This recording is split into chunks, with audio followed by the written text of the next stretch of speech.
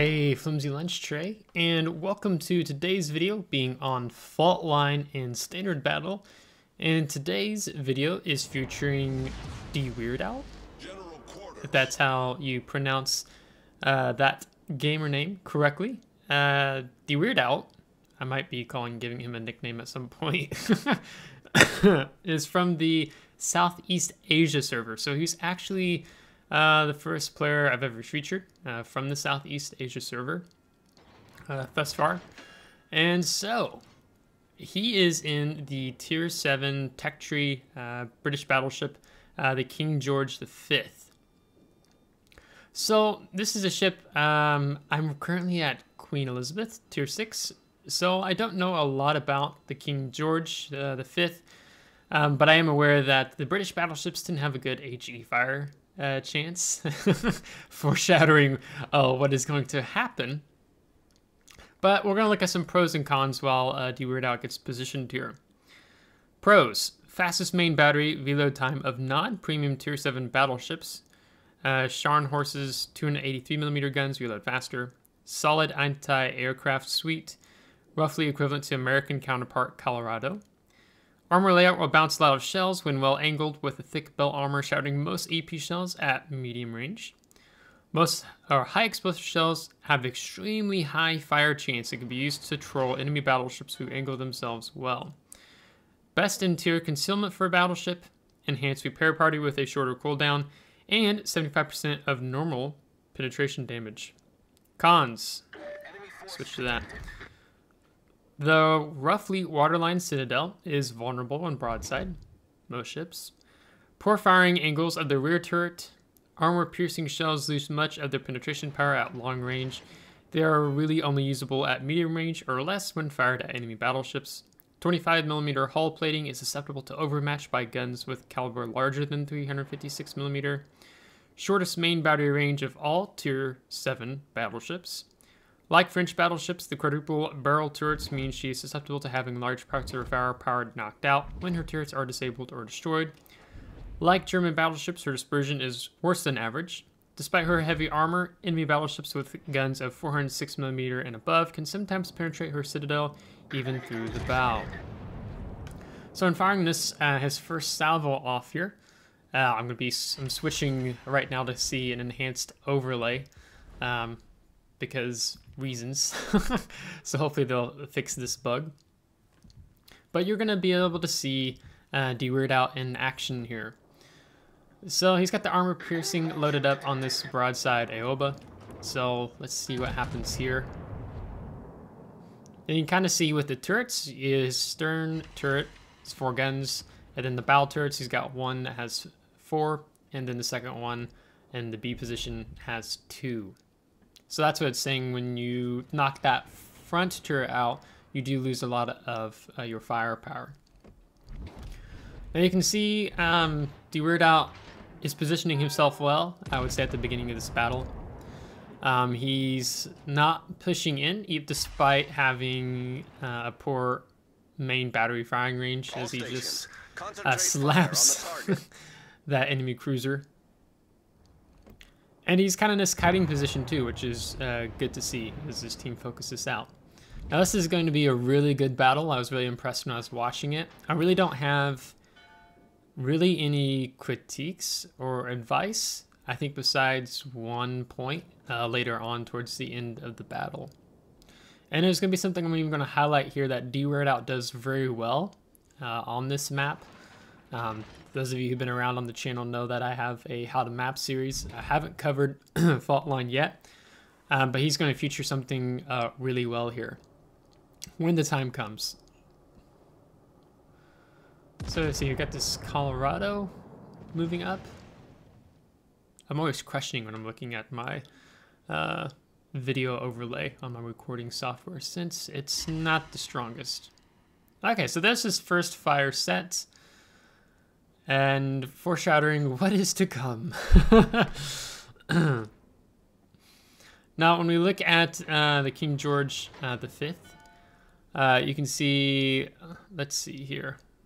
He has the, as all battleships would, damage control party. He has 4 heals, and he has fighters mounted. I'm not actually sure if you can get spotter plane for this ship. I'm assuming you can't, but I will look real quick.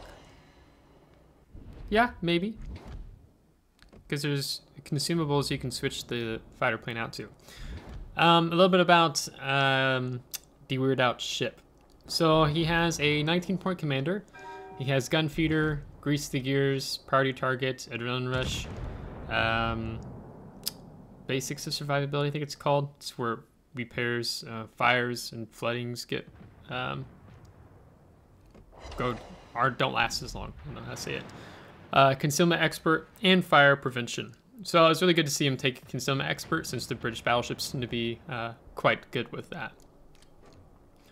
And as far as upgrades go, he's got the main armaments modification 1, damage control modification 1, aiming systems modification 1, and steering gears for his 4th upgrade slot, for those of you who may be curious of what deweirdout's ship build is. Now, he has over 2.1 million experience earned on this ship.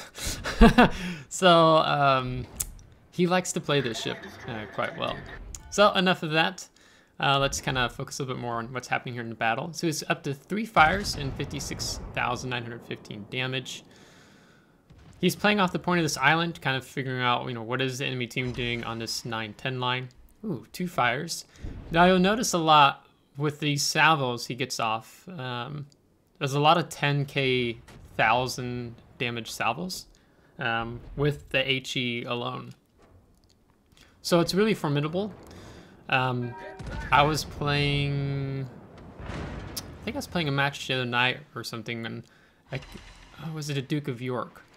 It's the tier 7 premium, and just slapped me with the HE, and that hurt, and that's really similar to the King George. Now I like here when he waits till that enemy ship fires and then he turns out. So rather than turning out before that enemy ship fires, he pauses, waits, lets the enemy ship take the shot, and then he turns out. So that's something very smart to do there. Oh, other 2 fires. So he's up to 7 fires. Is being patient when to make those decisions of to turn in and turn out. So that takes a little bit of 5,500 damage there. And he switches to the celebs. I don't know how to better pronounce that ship's name. Celebes. Yeah, hits the fire on the weir of the stern of the celebs. And he's kind of getting focused here. So you can see most of his team's over on the 2, 3, 4 line. And enemy team's pushing down the 9, 10 line. So it's better for him to just, at this point, disengage. And what's really nice here about the King George is with that high fire chance with the HE shells, sets another fire, gets the kill, is that you can really troll enemy battleships that try to pursue you while you're moving away from them. It's a very good kiting battleship, I would say, in my opinion, just from what I've read and watching this battle and how deweirdout plays the ship.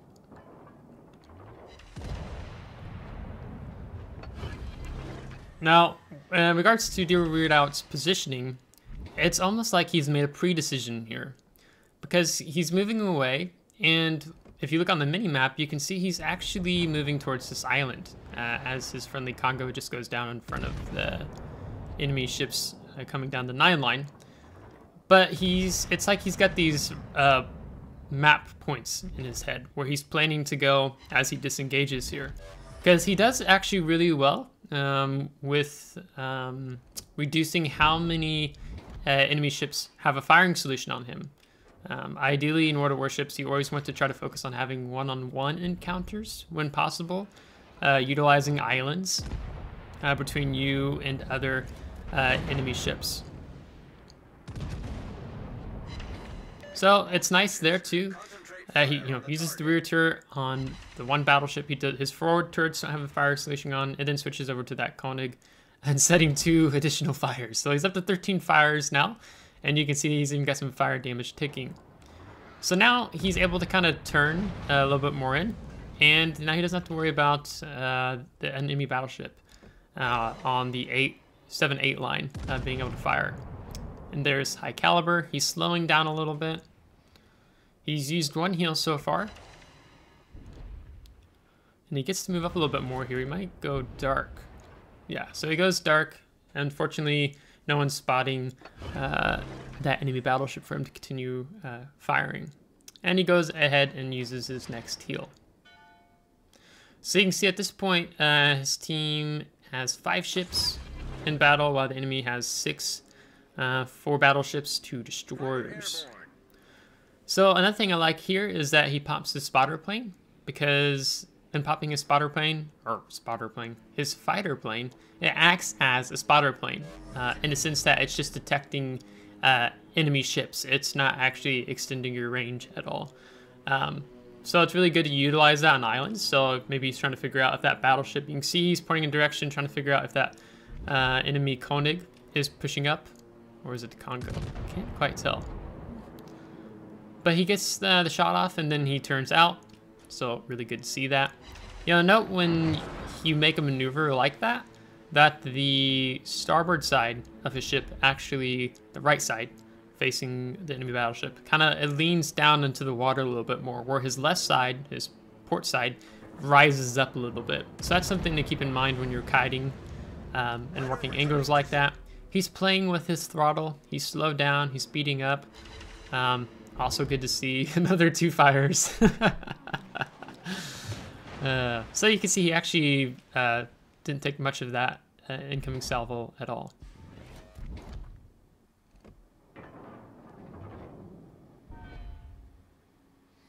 So in standard battle, he's done well to be down here in his positioning as the enemy team pushes in, because essentially he is preventing them from pushing in further in on the cap or slowing them down. You can see the one enemy battleship that continues to park at the 7-8 line is tired of getting burning, and you can see that he's still burning as his damage ticker just goes over 160,000. Oh, he also had Confederate. I missed that somewhere while talking about the ship. And there's Witherer.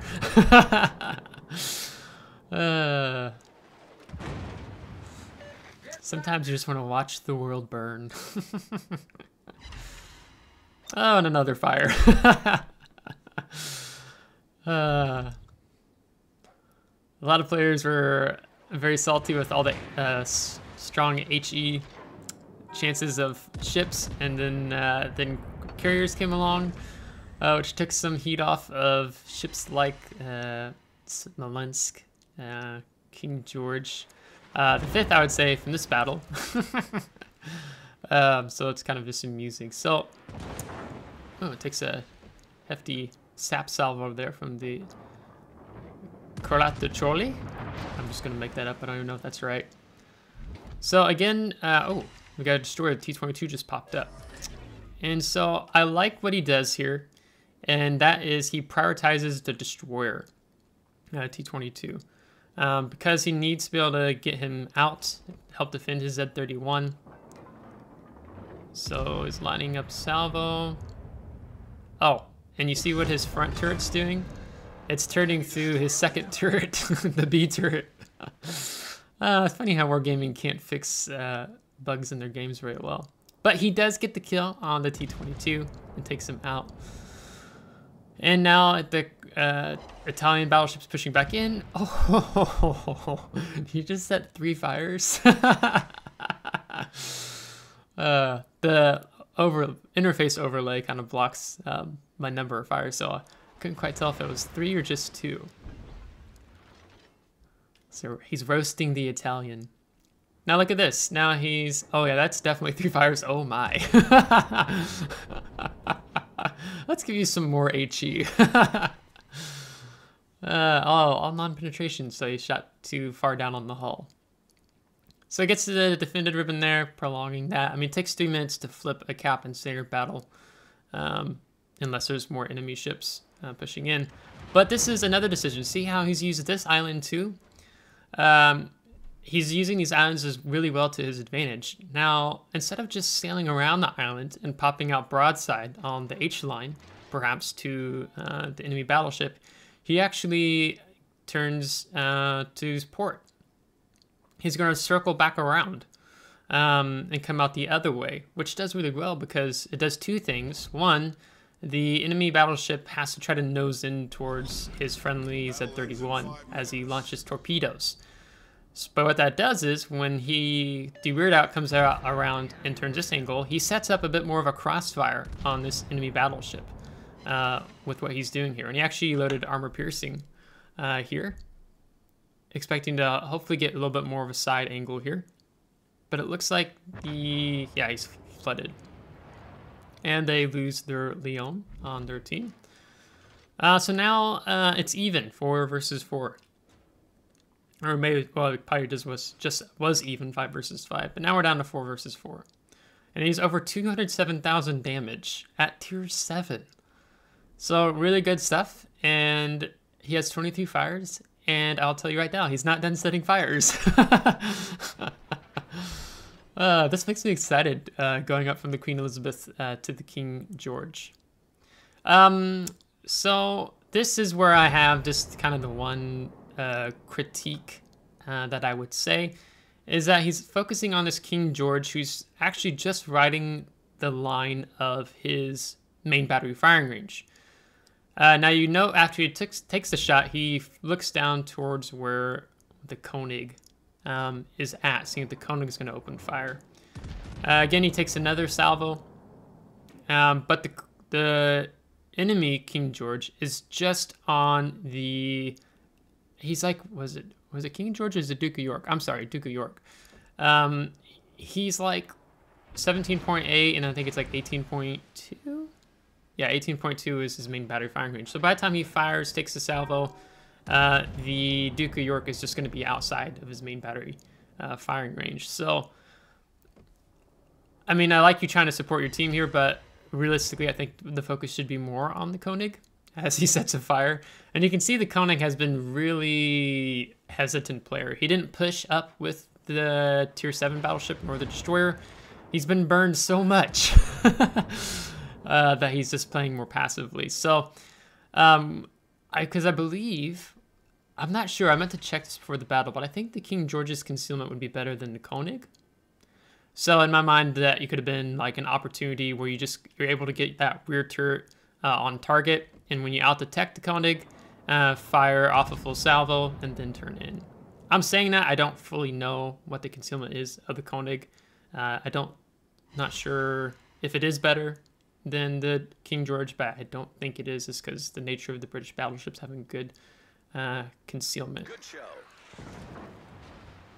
So now he's closing in on the distance and has had a phenomenal standout game. Now we're 220,000 damage with 24 fires. And what's this salvo do? Oh, look at that, another fire. So 25 fires. I mean, can you blame the Koenig for playing so scared? Gets arsonist. So not only Witherer, but also Nab's arsonist at 224,000 damage at tier 7. And he's top tier versus tier 6, tier 5. So 224,000 damage at this tier when you're tier 7 versus tier 7, 6, 5 is really, really good. So hats off to you, deweirdout, for a very phenomenal game. I'm thankful that you sent this replay in for me to behold with my own eyes. So deweirdout is going to do a few more things here in helping him out here. So you just see how he just fired his guns. He's firing his guns to figure out roughly where the enemy is it Shiratsuyu? Yeah. He's trying to figure out where the enemy destroyer is. And so when he fires his guns, it tells him roughly where he may be. Because with the going between those two islands, he's basically somewhere right out in front of him. It's gone dark again. He's still detected.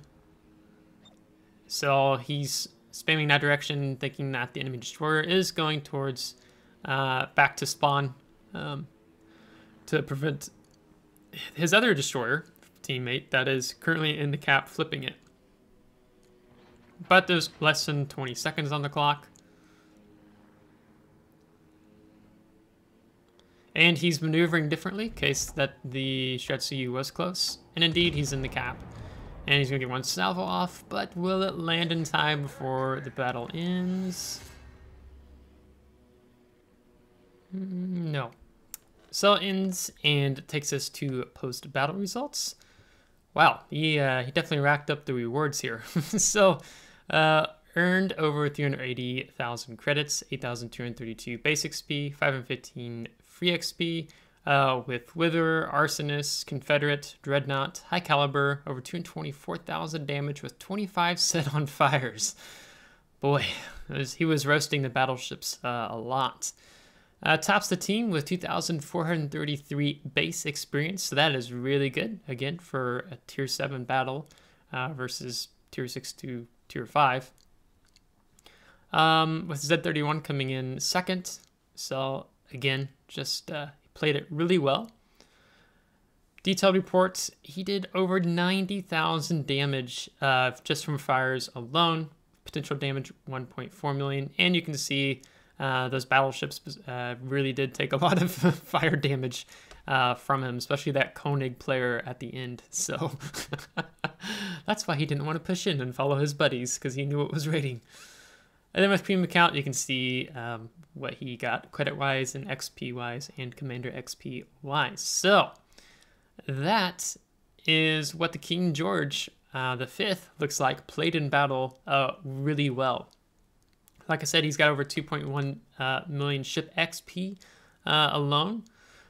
So I think if you're looking to play the King George, you're looking for some skills and tips to emulate, deweirdout's video here played really well on the map.